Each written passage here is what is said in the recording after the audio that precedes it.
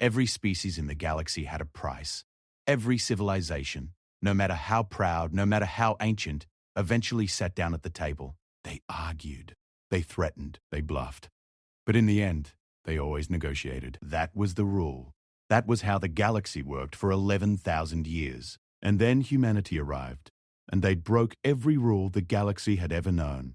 Not with weapons, not with fleets, but with two words that no species had ever dared to speak to the Galactic Council. They said no, and the galaxy was never the same again. The Galactic Council chamber was the largest structure ever built by any civilization in the known universe. It floated in the empty space between three star systems, a station so massive that it had its own gravity generators, its own atmosphere, and its own small sun that burned at its core to provide light and warmth to the millions of diplomats, traders, and officials who lived and worked within its walls.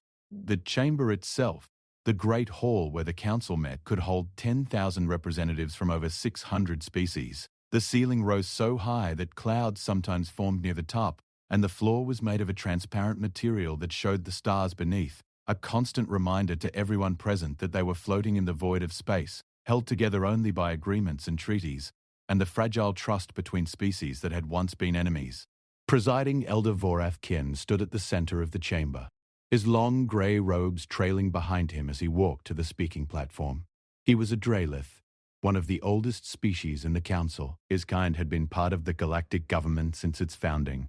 They were tall, thin creatures with skin the color of polished silver and eyes that glowed a soft blue. They were known for their patience, their wisdom, and their ability to find compromise in even the most impossible situations. Vorath had served as presiding elder for nearly 40 years, and in that time he had resolved 17 major conflicts, brokered over 200 trade agreements, and prevented at least 3 wars that would have destroyed entire star systems.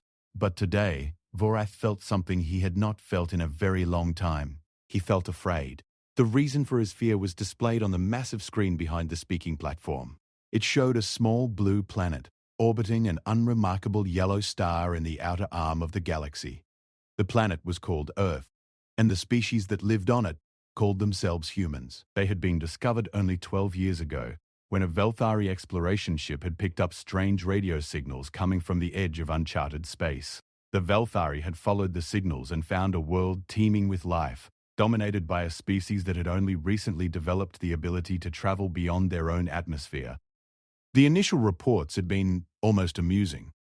The humans were primitive by galactic standards. They still used chemical rockets to reach their nearest moon. They communicated using electromagnetic waves that traveled at the speed of light, which meant their messages took years to reach even the closest stars. They had no unified government, no single leader, and they spent an astonishing amount of their time and resources fighting each other over patches of land, religious beliefs, and access to natural resources that any spacefaring species would consider worthless.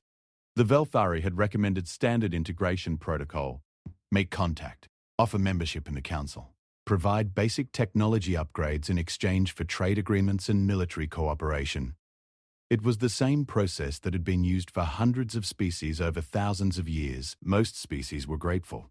Some were overwhelmed. A few were suspicious. But they all eventually agreed, because the alternative was to remain alone in a galaxy full of civilizations that were thousands of years more advanced. The humans had been different from the very beginning. When the Velthari contact ship had entered Earth's orbit and transmitted a greeting in every language they could identify from the radio signals, the humans had not responded with gratitude or fear or wonder.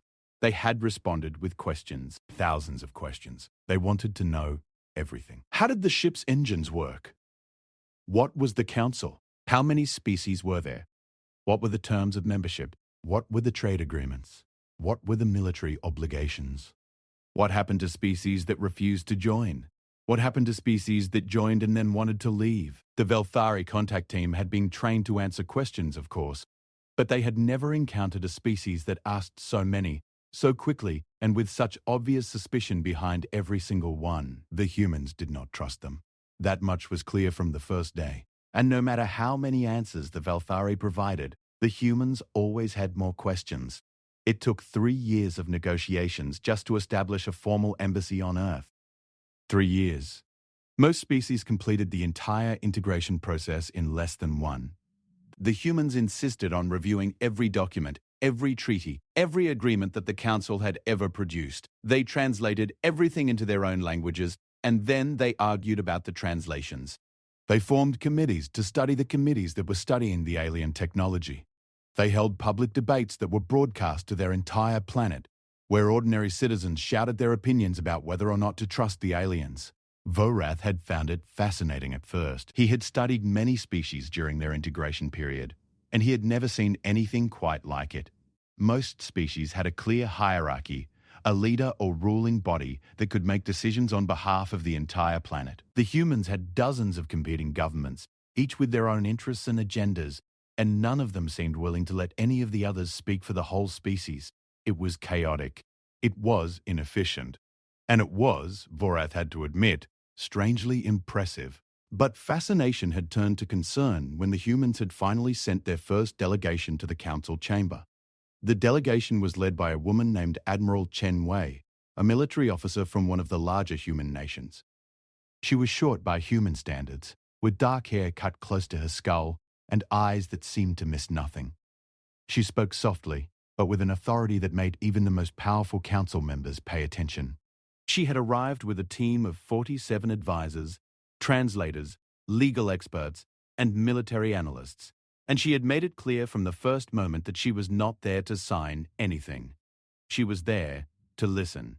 For 6 months, Admiral Chen and her team had sat in the observer gallery, watching every council session, studying every debate, taking notes on every vote. They had requested access to the council archives, and when that access was granted, they had spent weeks reading through thousands of years of records, trade agreements, military treaties, resource allocation plans, dispute resolution cases, the histories of every species that had ever joined the council, and the histories of the few that had refused. Vorath had assigned a junior diplomat named Tellus to serve as liaison to the human delegation. Tellus was young and eager, a Dreith who had studied dozens of alien cultures and who believed that understanding was the key to peace. He had approached the assignment with enthusiasm, spending long hours with the human advisors, answering their questions, explaining the council's procedures, and trying to build the kind of personal relationships that made diplomacy possible. But after 6 months, Tellus had come to Vorath's private office with a troubled expression on his face. "Presiding Elder," Tellus had said, "I believe we have a problem." Vorath had gestured for him to sit. "What kind of problem?" "The humans are not preparing to join the council. They are preparing to refuse." Vorath had been surprised, but not alarmed. Species occasionally hesitated. Some needed more time. Some needed better terms. It was all part of the process. "What makes you think so?" Tellus had placed a data tablet on Vorath's desk. "I have been monitoring their internal communications. Not the encrypted military channels, of course, but the public discussions among their delegation. They have identified what they call fundamental structural problems with the Council's governance model, such as they believe the Council is not a partnership of equals. They believe it is a system designed to benefit the founding species at the expense of newer members. They have analyzed the trade agreements and concluded that the resource exchange rates are set to favor species that joined earlier. They have studied the military cooperation treaties and concluded that newer species provide a disproportionate share of soldiers and ships while having almost no voice in strategic decisions.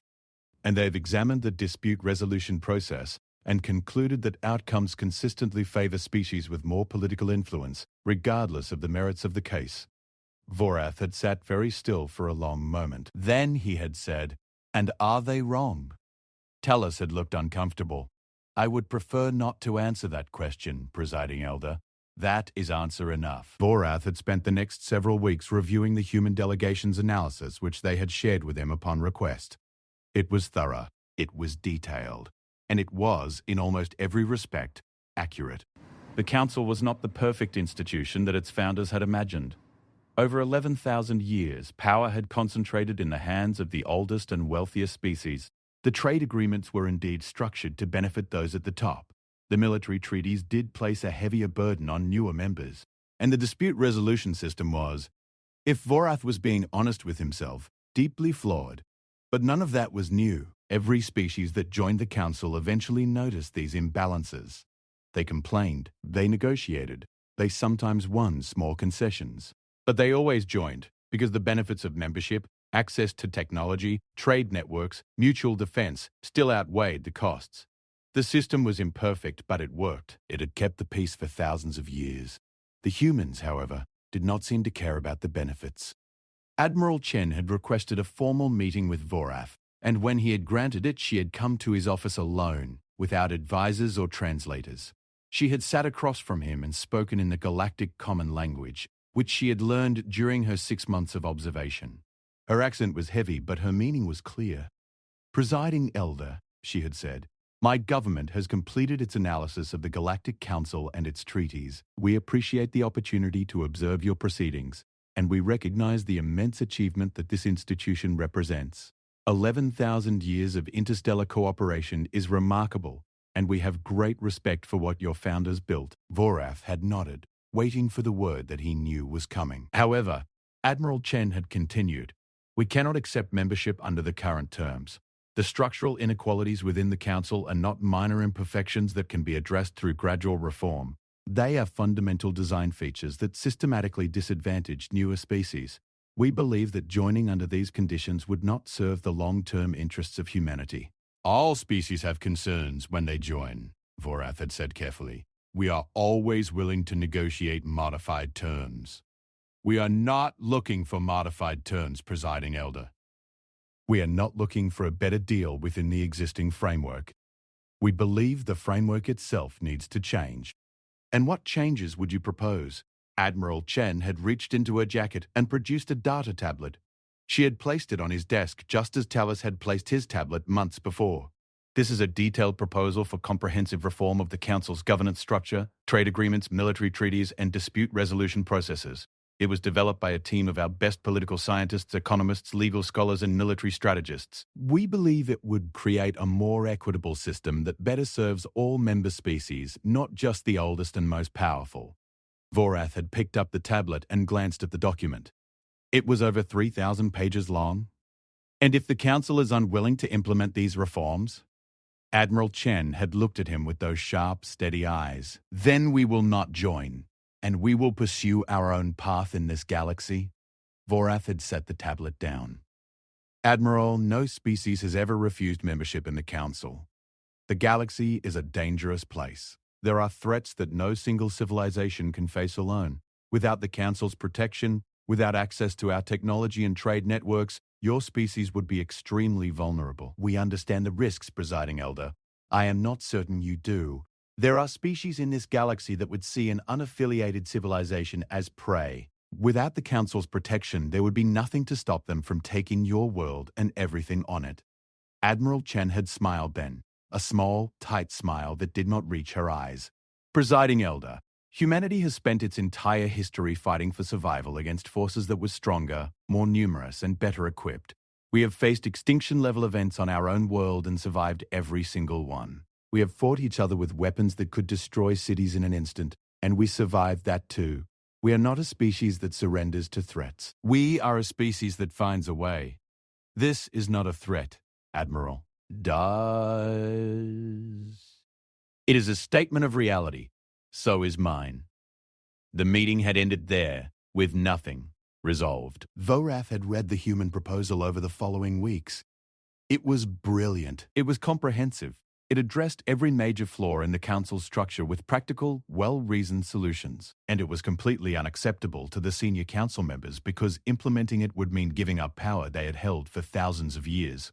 Vorath had presented the proposal to the Council's inner circle, a group of 12 representatives from the 12 founding species. They had listened in silence, and then, one by one, they had rejected it. "The humans are children," said Representative Tail of the Visari, a species that controlled one of the largest trade networks in the galaxy. "They have been in space for less than a generation. They do not have the right to lecture us about governance." "They are not just children," said Representative Morax of the Calith, a species known for their military power. "They are dangerous children. A species that cannot even unify their own planet has no business proposing reforms to an institution that has governed the galaxy for 11,000 years. And yet, Vorath had said quietly, "They are not wrong." The room had gone silent. No one had spoken for a long time. And in that silence, Vorath had felt the first stirring of the fear that now gripped him as he stood on the speaking platform, looking out at the 10,000 representatives who filled the council chamber. Because in the 18 months since Admiral Chen had delivered her proposal, the humans had not been idle. They had not waited for the council to respond. They had not begged or pleaded or tried to negotiate a compromise. Instead, they had done something that no unaffiliated species had ever done before. They had started building. Intelligence reports showed that the humans had launched a massive construction program in their home system. Using the basic technical data they had gathered during their observation period, combined with their own surprisingly advanced engineering capabilities, they had begun building ships. Not the crude chemical rockets they had used before contact, but real ships, with engines that could cross interstellar distances. They were not as fast or as powerful as council ships. Not yet, but they were being produced at a rate that alarmed every military analyst in the council. And they were not just building ships, they were building stations, defenses, communication networks, mining operations on the moons and asteroids of their home system. They were expanding at a pace that should have been impossible for a species that had been pre-contact only 15 years ago. The intelligence reports also showed something else, something that troubled Vorath more than the ships or the stations. The humans were making contact with other species, not council members, but the dozens of smaller civilizations that existed on the fringes of council space. Species that had refused membership or been denied it. Species that had been marginalized or exploited by the existing system. The humans were offering them something the council never had. They were offering them a choice. Vorath looked out at the assembled representatives and cleared his throat. The chamber fell silent. 10,000 pairs of eyes, or their equivalent, turned toward him. Honored representatives, he began, his voice carrying through the vast space with the help of amplification technology. I have called this emergency session to address a matter of grave concern. As many of you are aware, the human species has formally declined membership in the Galactic Council. This in itself is unusual but not unprecedented. What is unprecedented is what has followed. He paused, letting the weight of his words settle over the chamber. The humans are building an alternative, and if we do not act wisely, everything we have built over the last 11,000 years may be at risk. The chamber erupted. 10,000 voices rose in argument, in fear, in anger. And Vorath stood at the center of it all, watching the galaxy begin to change. He had seen many things in his long career. He had seen wars end and alliances form. He had seen species rise from nothing and empires crumble to dust. But he had never seen anything like this. He had never seen a species so young, so small, so seemingly insignificant, shake the foundations of the most powerful institution in the galaxy simply by refusing to play by its rules. And somewhere, in a small office on a small blue planet orbiting an unremarkable yellow star, Admiral Chen sat at her desk, reading reports from the dozens of alien civilizations that had responded to humanity's offer. She read each one carefully. She smiled, and she began to plan. 6 months after presiding Elder Vorath's emergency session, the galaxy looked like a different place. Not on the surface, of course. The stars still burned in their ancient patterns. The trade routes still hummed with cargo ships carrying goods between 1,000 worlds. The council still met in its enormous chamber, and representatives still gave speeches and cast votes and pretended that everything was under control. But beneath that surface, deep in the currents that moved between civilizations, something had shifted, something fundamental. And everyone could feel it, even if most of them refused to say it out loud. The humans called it the Free World's Compact. It was not a government. Admiral Chen had been very clear about that from the beginning. It was not an empire, not a federation, not an alliance in the traditional sense. It was, as she described it in her first public address to the 14 species that had joined, simply an agreement that every civilization, no matter how small, no matter how young, no matter how different, had the right to determine its own future. An agreement that trade should benefit all parties equally. An agreement that no species should be forced to sacrifice its people in wars it did not choose. An agreement that disputes should be resolved based on fairness, not on who had more ships or more money or more influence. It was everything the Galactic Council claimed to be but was not. And that was what made it dangerous. The 14 founding members of the Free World's Compact were not impressive by galactic standards.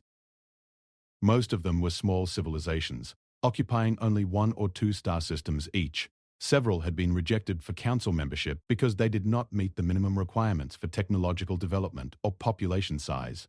A few had been members once but had left after centuries of being marginalized and ignored. None of them had significant military power. None of them controlled important trade routes. On paper, they were nothing. But the humans did not seem to care about paper. Admiral Chen had set up the Compact's headquarters on a space station that the humans had built in orbit around their fourth planet, the one they called Mars. The station was called New Geneva, a name that referenced a city on Earth that had apparently been important in human diplomatic history. It was not as large or as grand as the council chamber, but it was functional, well-designed, and open to anyone who wanted to visit. The humans had even built quarters for species with different atmospheric requirements, gravitational needs, and temperature preferences. It was a small gesture, but it sent a message that every species noticed. The humans had built a place where everyone was welcome.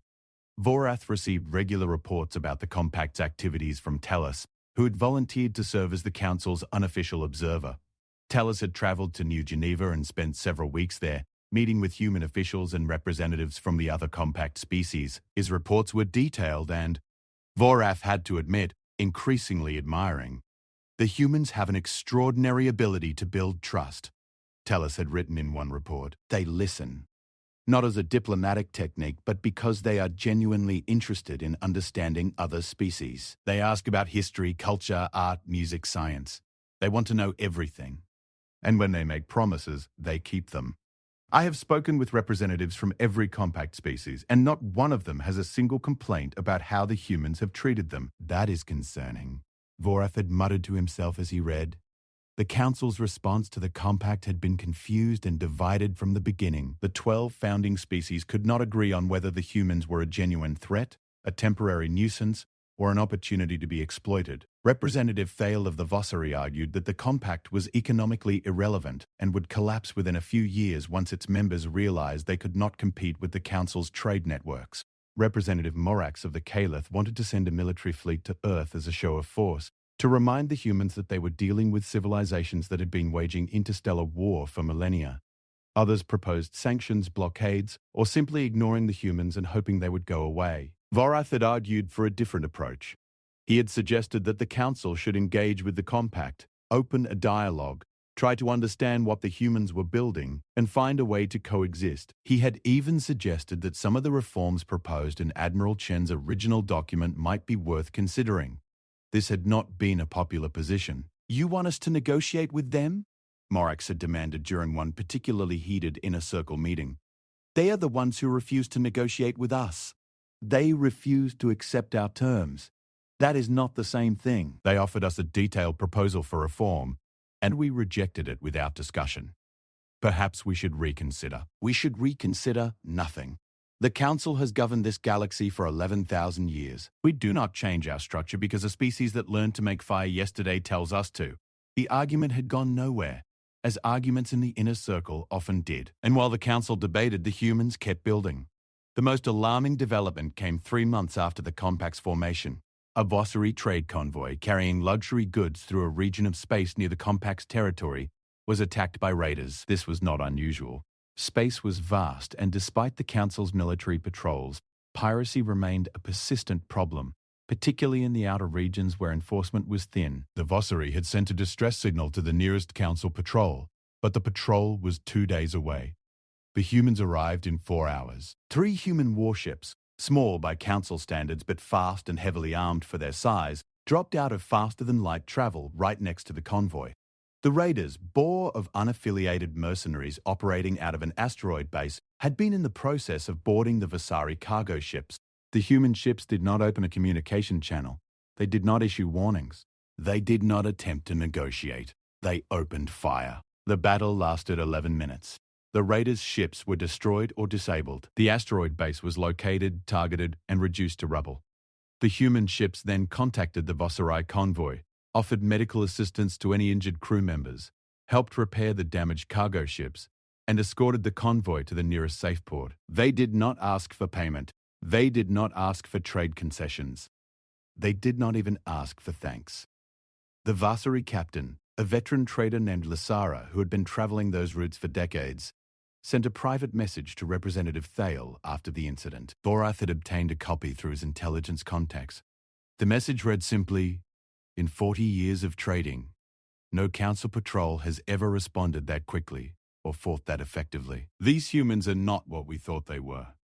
Thale had not shared this message with the inner circle. Vorath understood why. It was embarrassing.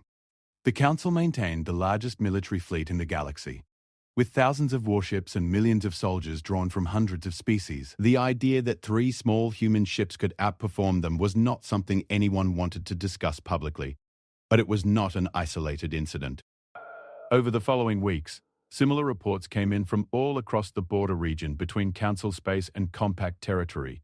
Human ships responding to distress calls, human engineering teams helping repair damaged stations, human medical teams treating outbreaks of disease on worlds that the Council had classified as too remote to bother with. Everywhere the humans went, they helped. And everywhere they helped, they made friends. The effect on the Council's border regions was dramatic. Species that had been loyal Council members for centuries began asking uncomfortable questions. Why were the humans providing better services than the Council? Why were human response times faster? Why were human trade terms more favorable? Why were the humans treating them as equals when the Council treated them as subordinates? Vorath watched these developments with growing alarm. Not because he feared the humans exactly, but because he feared what would happen when the Council's patience finally ran out. That moment came on what the humans later called the Day of the Ultimatum. It began with a discovery. Council intelligence agents monitoring human communications intercepted a series of diplomatic messages between Admiral Chen and the government of the Rithani, a medium-sized civilization that occupied 3-star systems in a strategically important region of Council space. The Rithani had been Council members for over 4,000 years. They were not marginal or unimportant. They were a significant species with a significant military and a significant economy. And according to the intercepted messages, they were considering leaving the Council to join the Free Worlds Compact. The inner circle meeting that followed was the most contentious Vorath had ever witnessed. Morax was furious, pacing back and forth across the meeting room, his heavy footsteps shaking the floor. His species, the Caliph, were large, powerful beings, their bodies covered in thick plates of natural armor. When Morax was angry, which was often, the plates on his shoulders and back would rise and darken, a display that was meant to intimidate rivals. Today, every plate on his body was standing straight up. "This is an act of aggression," Morax growled. "The humans are deliberately targeting our members. They are trying to tear the Council apart from the inside." "They are offering the Rithani a better deal," Vorath said calmly. "That is not aggression. That is competition." "Competition?" Morax slammed his fist on the table, leaving a dent in the metal surface. "The Council does not compete. The Council governs. If the Rithani want to leave, we should remind them of the consequences." "And what consequences would those be?" asked Representative Scylla of the Authority, a species known for their analytical minds and their tendency to ask questions that made everyone else uncomfortable. Scylla was a small creature, barely a meter tall, with large dark eyes and delicate hands that were constantly in motion. She had a habit of seeing problems that others preferred to ignore. "The same consequences that every species faces when they betray the Council," Morax said. "Economic sanctions, trade embargoes, military exclusion, if necessary, direct intervention." "You mean war?" Scylla said flatly. "I mean consequences?" "The Rithani have done nothing wrong," Vorath interjected. "They are considering their options, as they have every right to do. Every species that joins the Council retains the theoretical right to leave. It is in the Founding Charter. The Founding Charter assumes that no species would be foolish enough to actually exercise that right," Thale said. The Vasari representative had been quiet for most of the meeting, but his voice carried the weight of someone who controlled a significant portion of the galaxy's trade. "If the Rithani leave, others will follow. We all know this. The humans have created an alternative that is, in many respects, more attractive than what we offer. If we do not act decisively, we will lose more members, perhaps many more." "Then, perhaps," Vorath said, choosing his words very carefully, "we should consider making the Council more attractive, rather than punishing those who are drawn to something better." The silence that followed was heavy and cold. 11 pairs of eyes stared at Vorath with expressions ranging from disbelief to contempt. Only Scylla looked thoughtful. "You are suggesting we implement the human reforms," Dale said. "I am suggesting we consider them. Some of them. The ones that address the most obvious inequalities. If we can demonstrate that the Council is willing to evolve, we may be able to retain members who are currently thinking about leaving. Or," Morax said, "we could send a fleet to Earth and end this problem permanently." The room went quiet again. Vorath looked at Morax and saw something in the Calith's eyes that he had seen before, in other species, in other times. It was the look of someone who had decided that force was the only answer. It was the look that had preceded every war the galaxy had ever known. "If we attack Earth," Vorath said slowly, "we will prove everything the humans have been saying about us. We will prove that the Council maintains its power through threats and violence, not through fairness and cooperation. Every species in the galaxy will see it, and many of them will decide that the humans were right to refuse us." "Let them decide," Morax said. "We have the largest fleet in the galaxy. We do not need their approval." "You do not have the largest fleet in the galaxy," said a voice from the doorway. Everyone turned. Standing at the entrance to the meeting room was Tellus, Vorath's young liaison. He looked pale and slightly terrified, as anyone would who had just interrupted a closed session of the Council's inner circle. But he also looked determined. "Forgive the interruption, presiding elder," Tellus said, "but I have just received an intelligence report that I believe the Council needs to see immediately." Vorath gestured for him to continue. Tellus walked to the center of the room and activated the holographic display. A star map appeared, showing the region of space around Earth and the Compact's territory. Red dots indicated human ships and installations. There were a lot more red dots than anyone had expected. 6 months ago, our intelligence estimated the human fleet at approximately 40 combat-capable vessels, Tellus said. That estimate was wrong. The actual number is closer to 300. The humans have been building in locations we were not monitoring, using construction techniques we did not recognize. They have also been receiving contributions from their compact allies. The Rathani have not yet formally joined, but they have been quietly sharing shipbuilding technology with the humans for the past 2 months. The room was absolutely silent. "There is more," Tellus continued. "The humans have developed a new type of engine. Our scientists are still analyzing the data, but initial estimates suggest it is approximately 30% faster than our best drives. They have also developed advanced defensive systems that our weapons analysts believe would be highly effective against standard Council armaments." Morax's plates had slowly lowered as Tellus spoke. He stared at the star map with an expression that Vorath recognized as something the Calith rarely felt. Uncertainty. "How?" Morax demanded. "They were pre-contact 15 years ago. How can they possibly have technology that matches ours?" "They do not match ours," Tellus said. "In several areas they exceed it. The humans are, as far as our scientists can determine, the fastest learning species in galactic history. They absorb new information and adapt it at a rate that is simply without precedent. The basic technical data they gathered during their observation period at the Council was apparently enough for them to reverse engineer and improve upon technologies that took other species centuries to develop." "That is impossible," Thale said. "And yet it is happening," Tellus replied. Vorath closed his eyes for a moment. When he opened them, he looked directly at Morax. "Still want to send a fleet?" Morax said nothing. The inner circle debated for hours after Tellus left. No consensus was reached. Morax still wanted military action, but his enthusiasm had dimmed considerably. Thale proposed a total economic blockade, cutting off all trade between Council space and the Compact. Scylla pointed out that this would hurt Council members in the border regions more than it would hurt the humans, who were already developing their own trade networks. Other representatives offered other ideas, each more desperate than the last. Finally, as the artificial sun at the heart of the station was dimming to simulate evening, Vorath proposed what he called a last resort. He proposed sending a delegation to New Geneva to meet with Admiral Chen directly, not to offer membership again, not to demand compliance, but to talk, to listen, to try to find a way forward that did not end in conflict. "We have spent 11,000 years building something remarkable," Vorath said. "It is imperfect. The humans have shown us just how imperfect it is.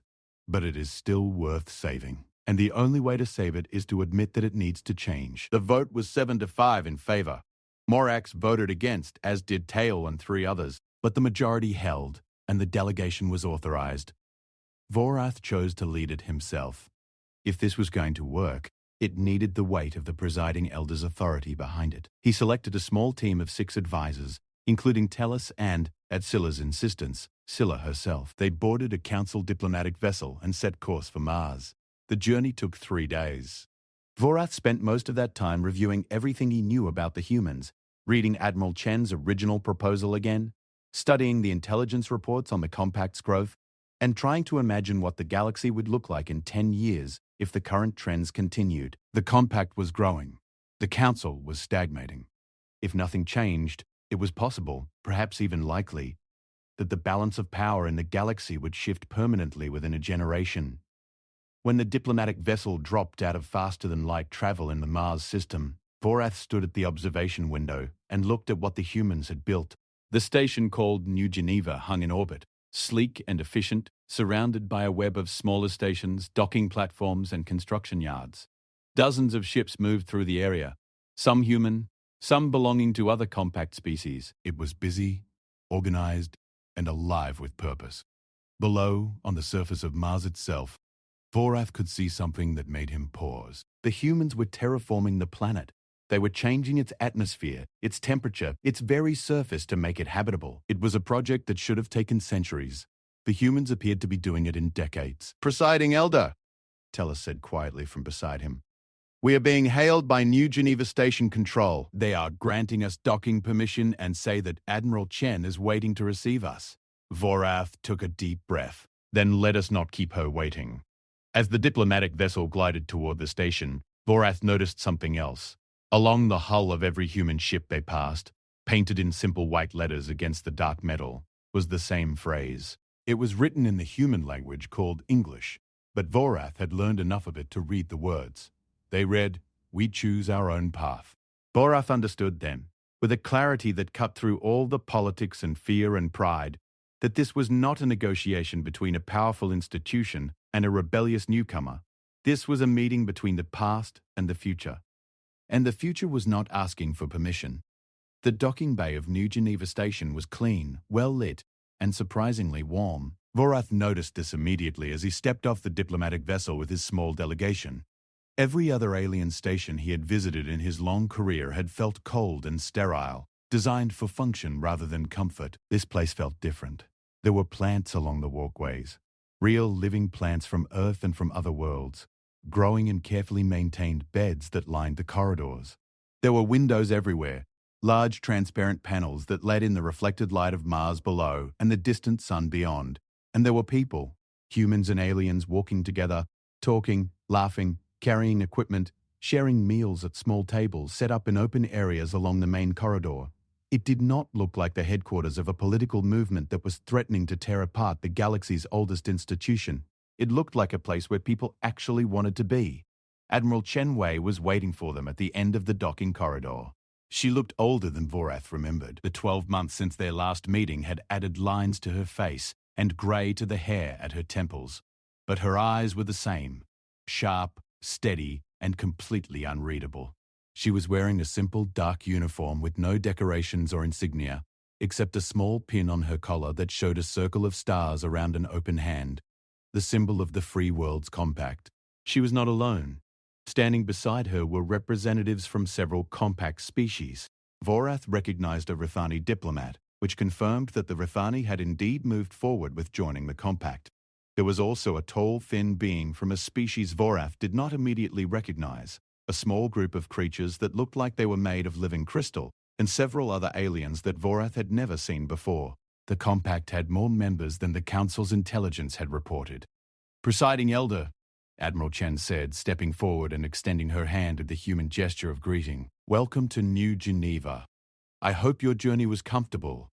Vorath took her hand and shook it, a gesture he had practiced after learning about human customs. "It was uneventful, which is the best kind of journey. Thank you for receiving us, Admiral." "Of course, we have been expecting this visit for some time." She said it without arrogance, as a simple statement of fact. She had known the Council would come to her eventually. She had planned for it. Vorath felt a flicker of admiration that he quickly suppressed. This was not the time for admiration. This was the time for survival. Admiral Chen led them through the station to a conference room that had been prepared for the meeting. It was a round room with a round table, and Vorath noticed that every seat at the table was the same height, the same size, the same design. There was no head of the table. There was no elevated platform for speakers. Everyone sat as equals. It was a small detail, but it said everything about the philosophy behind the compact. Vorath and his delegation took their seats on one side. Admiral Chen and the compact representatives took theirs on the other. For a moment, no one spoke. The two sides looked at each other across the table, across the vast distance that separated 11,000 years of tradition from something entirely new. Vorath spoke first. It was his duty as the elder diplomat, and he took that duty seriously. Admiral Chen, I will be direct. The Galactic Council is concerned about the growth of the Free Worlds Compact. We believe that the continued expansion of your organization threatens the stability of the Galactic Order. I have come here, at personal risk and against the wishes of several members of the Inner Circle, to find a way to prevent a conflict that would be catastrophic for all parties. Admiral Chen nodded slowly. I appreciate your directness, Presiding Elder. I will be equally direct. The Free Worlds Compact has no interest in conflict with the Galactic Council. We have no territorial ambitions. We do not seek to destroy your institution or replace it. We seek only to offer an alternative for species that feel the Council does not serve their interests. An alternative that is drawing members away from the Council. Species are choosing to leave the Council because they are unhappy. That is not our doing. We did not create the conditions that make them unhappy. We simply offered them a door, and they chose to walk through it. Vorath leaned forward slightly. The Council has governed this galaxy for 11,000 years. It has prevented wars, facilitated trade, and maintained peace across hundreds of civilizations. It is not perfect, but it is the best system we have ever had. If it fragments, if species begin to leave in significant numbers, the consequences could be devastating. Trade networks would collapse. Military alliances would dissolve. The balance of power that keeps predatory species in check would be disrupted. The galaxy could descend into chaos. Or, Admiral Chen said, it could evolve into something better. You speak of evolution. The Council sees it as destruction. That depends on where you are sitting. Admiral Chen gestured around the table at the compact representatives. Every species at this table has a story about the Council. The Rathani were members for 4,000 years. In that time, they fought in 11 wars on the Council's behalf. They lost millions of soldiers, and when they asked for a greater voice in strategic decisions, they were told to wait their turn. The Pelori, the crystal beings you see here, applied for membership 3 times over 600 years. They were rejected each time because their biology did not meet the Council's arbitrary standards for what counts as a civilized species.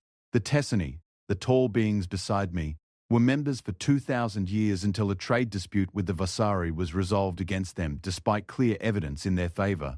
They left the Council and spent centuries in isolation, forgotten by everyone. She paused, letting the weight of those stories fill the room. These are not isolated cases, Presiding Elder. These are patterns. The Council's system works well for those at the top. For everyone else, it is a prison with comfortable walls. We are not trying to tear it down. We are trying to give people a choice. And the fact that so many are choosing to leave tells you everything you need to know about how well the current system is working. Vorath sat very still. He could feel the eyes of his delegation on him. Tellus was taking notes. Scylla was watching Admiral Chen with those large, dark eyes that seemed to absorb everything. The other advisors were tense, uncertain, waiting for Vorath to respond. He took a long breath. You are right. The words fell into the room like a stone into still water. Ripples of surprise spread across both sides of the table. Admiral Chen's expression did not change, but Vorath saw something shift in her eyes, a softening, or perhaps a recognition. The Council is flawed, Vorath continued. I have known this for decades. I have tried to push for reforms from within, and I have failed. The founding species hold too much power, and they are too afraid of losing it to allow meaningful change. Your proposal, the one you gave me over a year ago, was the most comprehensive and thoughtful reform document I have ever read. And it was rejected by the Inner Circle in less than a day, because accepting it would have meant admitting that the system they built is broken. Then why are you here, Presiding Elder? If the council will not change, what is there to discuss? Vorath looked directly at her. I am here because I believe the council can change, not because the people in power want it to, but because they will have no choice. Your compact is growing. Every month, more species leave the council or express interest in leaving. The economic impact is already being felt. Trade routes are shifting. Military cooperation is declining. The Caliph are threatening unilateral action, and if they follow through, it will accelerate the collapse rather than prevent it. The council is running out of time, and the only way to save it is to give it a reason to evolve. Admiral Chen studied him for a long moment. Then she said, "What exactly are you proposing?" Vorath reached into his robes and produced a data tablet. He placed it on the table and slid it toward her. This is a revised version of your original reform proposal. I have modified it to account for the political realities within the council. It does not go as far as your original document, but it addresses the most critical issues. Equal voting rights for all member species, regardless of seniority. Fair trade terms based on transparent market analysis rather than political influence. Military burden sharing based on capability rather than status. And an independent dispute resolution body with no ties to any founding species. Admiral Chen picked up the tablet and read. The room was silent. The other compact representatives leaned in, trying to see the screen. Minutes passed. Finally, Admiral Chen looked up. This is significant, but it does not address the fundamental structural issue. The founding species still hold permanent seats on the inner circle. They still have veto power over major decisions. As long as that is true, everything else is window dressing. I know, Vorath said, and I am prepared to propose the elimination of permanent seats and veto power when I return to the council. Every head at the table turned toward him. Tellus looked like he might fall out of his chair. Scylla's small hand stopped moving for the first time since the meeting began. Even the compact representatives seemed stunned. Presiding Elder, Tellus whispered, that would effectively end the founding species' control over the council? Yes, Vorath said simply, it would. They will never accept it. They may not have a choice. The alternative is the slow disintegration of everything they built. I believe that when faced with that reality, even the most stubborn among them will choose survival over pride. Some of them will need to be convinced. Some may need to be removed from their positions. It will not be easy, but it is necessary. Admiral Chen set the tablet down. She looked at Vorath with an expression he had not seen before. It was respect, genuine respect, the kind that could not be faked or negotiated. You are taking an enormous risk, Presiding Elder. If you propose this and the founding species reject it, you will likely be removed from your position. You may face worse than that. I am aware of the risks. Why? You have served the council for 40 years. You could retire tomorrow with your reputation intact. Why risk everything for a reform that may fail? Vorath was quiet for a moment. Then he said, because I have spent 40 years watching the council become less than what it was meant to be. I have watched it become a tool for the powerful rather than a shield for the vulnerable. I have brokered compromises that I knew were unjust because I told myself that an imperfect peace was better than no peace at all. And I was wrong. An imperfect peace that requires injustice to maintain is not peace. It is control. And I am tired of it. He paused. And then he said something that surprised even himself. Your species taught me that. Not through your proposals or your ships or your compact, but through the simple act of saying no. Every other species in the galaxy, including my own, accepted the system because we were afraid of what would happen if we did not. You were afraid too. I saw it in your eyes the first time we met. But you said no anyway. You chose to face the unknown rather than accept a comfortable lie. That took courage. And it reminded me of something I had forgotten. That the purpose of the council was never to maintain order. It was to build justice. And you cannot build justice by compromising with injustice. The room was absolutely still. No one moved. No one spoke. The only sound was the faint hum of the station systems and the distant rhythm of life moving through the corridors outside. She walked around the table to where Vorath sat. She extended her hand again, but this time it was not a formal gesture. It was an offer, a bridge between two worlds that had been talking past each other for years. Vorath took her hand. We will work together, Admiral Chen said, not as the Council and the Compact, not as the old guard and the new, but as partners. We will rebuild this galaxy's institutions from the foundation up. It will take years. It will be messy and difficult and painful. There will be setbacks. There will be those who resist change with everything they have. But we will do it, because the galaxy deserves better than what it has. Vorath nodded. I agree. The negotiations that followed lasted 17 days. They were intense, detailed, and sometimes heated. Vorath and Admiral Chen argued over specifics, compromised on timelines, and pushed each other to be bolder than either of them was comfortable being. Tellus served as the primary drafter of the agreements, working around the clock with human legal experts and compact diplomats to produce documents that were precise, fair, and enforceable. Scylla provided analysis and insight that proved invaluable, her sharp mind cutting through political complications to find practical solutions. The result was a document that would become known throughout the galaxy as the New Geneva Accords. It was not a merger of the Council and the Compact. It was something new. A framework for a reformed galactic governance system that drew on the best elements of both institutions while discarding the worst. Equal representation, fair trade, shared defense, independent justice, transparent decision-making, accountability for all, including those at the top. When Vorath returned to the council chamber with the Accords, the reaction was exactly as he had expected. Morax rejected them immediately. Thale called them a surrender. 3 other founding species representatives walked out of the session in protest. For a moment, it seemed like everything would fall apart. But then something happened that Vorath had not expected. The non-founding species spoke up. The hundreds of representatives from civilizations that had joined the council over the past 11,000 years, the ones who had always been quiet, always been compliant, always been afraid to challenge the status quo, they stood up. One by one, they rose from their seats and declared their support for the Accords. It was not organized. It was not coordinated. It was spontaneous. A wave of voices that had been silent for too long finally choosing to speak. The vote took place 3 days later. It was the largest vote in the Council's history. 614 species cast their votes. 487 PM voted in favor of the New Geneva Accords. 125 voted against. The Accords passed by an overwhelming majority. Morax resigned his position the same day. Thale held on for another week before the economic consequences of opposing the reforms became too severe for the Vossari to bear. The other dissenting founding species fell in line over the following months, some grudgingly, some with surprising grace. The Reformed Council held its first session under the new rules exactly 1 year after Vorath's visit to New Geneva. The chamber looked the same. The stars still shone through the transparent floor. The artificial sun still burned at the core of the station, but the atmosphere was different.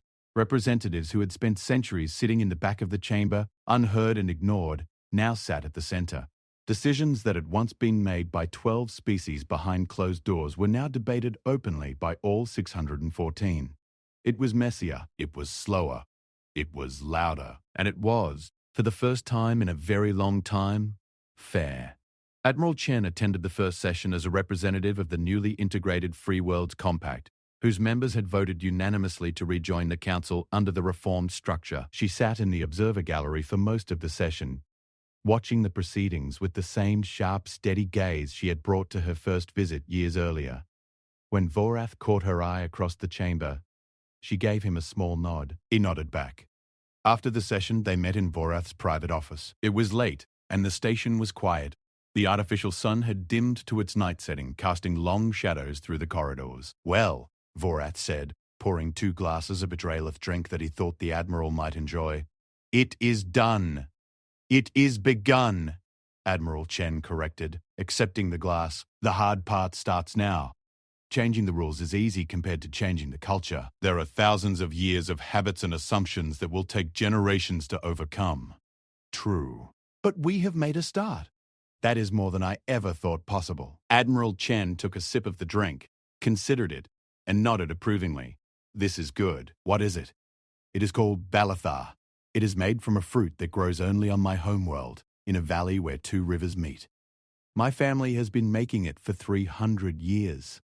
On Earth, that would make it older than most of our nations. Outside the window, ships moved through the space around the station, Council ships and compact ships side by side, carrying goods and people and ideas between worlds that had once been strangers. "Can I ask you something?" Vorath said. "Of course. When you first came to the council, when you sat in that observer gallery for 6 months and studied everything we did you know then that this is how it would end? Did you have a plan?" Admiral Chen smiled, a real smile, warmer than any Vorath had seen from her before. "I had a hope, not a plan. Plans are rigid. They break when reality pushes back. Hope is flexible. It bends and adapts and finds new paths. I hoped that the galaxy was ready for change. I hoped that there were people like you within the system who knew it needed to change and just needed a push. And I hoped that if we stood firm, if we refused to accept something we knew was wrong, that the galaxy would eventually stand with us. And if it had not, if the Council had sent the fleet as Morax wanted," Admiral Chen's smile faded, "then we would have fought. And we would have lost, probably. We were growing fast, but we were not ready for a full-scale war with the Council. Not then." "But you were prepared to fight anyway." "Yes, because some things are worth fighting for, even when you know you might lose. Freedom, dignity, the right to choose your own path. These are not things that can be negotiated away, Presiding Elder. They are not bargaining chips. They are the foundation of everything we are, and a species that gives them up to avoid a fight has already lost something more important than any war." Vorath set down his glass. "You know, in 11,000 years of galactic civilization, hundreds of species have joined the Council. Many of them were remarkable. Many of them brought great gifts to the galaxy. But none of them changed it. Not like this. Not fundamentally. We did not change it alone. You changed it with us. Scylla changed it. Tellus changed it. Every species that stood up in that chamber and voted for the Accords changed it. Change is never the work of one species or one person. It is the work of everyone who refuses to accept the world as it is and dares to imagine what it could be." Vorath looked at her and felt something he had not felt in a very long time. Not fear, not admiration, not respect, though he felt all of those things too. What he felt was hope, the same kind of hope that Admiral Chen had described. Flexible, resilient, alive. "The galaxy is going to be very different from now on," he said. "Yes," Admiral Chen said. "It is." She finished her drink, set the glass on his desk and stood up. "Thank you for the Valathar, Presiding Elder. And thank you for being the kind of person who could look at everything he had built and admit it was not enough. That took more courage than anything I have ever done." She walked to the door, and then she paused and looked back. "One more thing. My government has authorized me to extend an invitation. We are hosting a gathering on Earth next year. A festival of cultures, they are calling it. Every species in the compact is contributing.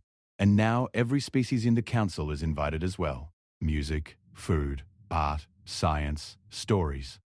A celebration of what we share, not what divides us. We would be honored if you would attend." Vorath smiled. It was the first genuine smile he had allowed himself in months. "I would like that very much." Admiral Chen nodded once and left. Vorath stood at his window for a long time after she was gone, looking out at the stars. Somewhere out there, on a small blue planet orbiting an unremarkable yellow star, a species that had learned to make fire yesterday was teaching the galaxy how to make something far more difficult. They were teaching it how to change. And the galaxy, old and proud and stubborn as it was finally ready to listen.